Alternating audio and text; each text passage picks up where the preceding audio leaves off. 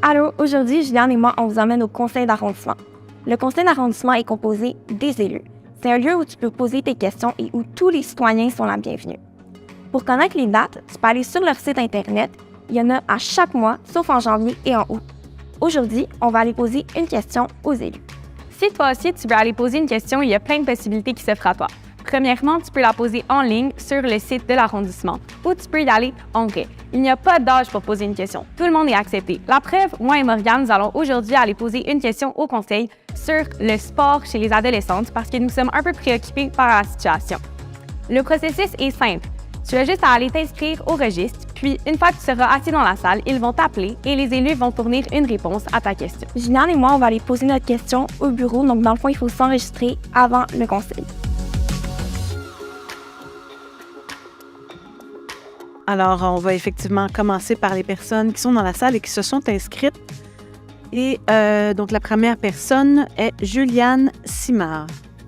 Bonjour, j'espère que vous allez bien. Bonsoir. Donc, nous nous demandions quelles initiatives concrètes sont mises en place par l'arrondissement NC-Cartierville pour favoriser la pratique du sport chez les adolescents, notamment chez les filles, en dehors du contexte compétitif.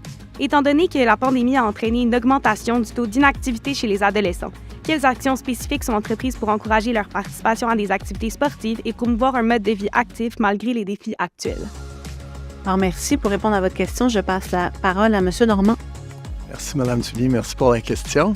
Il y a beaucoup de choses qui sont mises en place, puis qui, sans être nécessairement ciblées pour les jeunes ou les jeunes filles, vont répondre en partie aux besoins que vous exprimez. Notamment dans nos parcs, dans nos espaces verts, on a par exemple des pistes de ski de fond qui sont entretenues.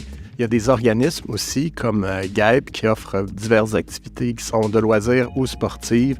On a Sport Montréal qui offre évidemment de l'initiation sportive à tous les niveaux dans plusieurs sports, puis sur tout le territoire de l'île de Montréal. Puis un des aspects les plus intéressants, je pense, c'est celui de la réfection des parcs. Donc, on a tout un chantier, là. On vient d'adopter au dernier CA notre plan directeur des parcs et espaces verts pour planifier notre programmation de réfection des parcs.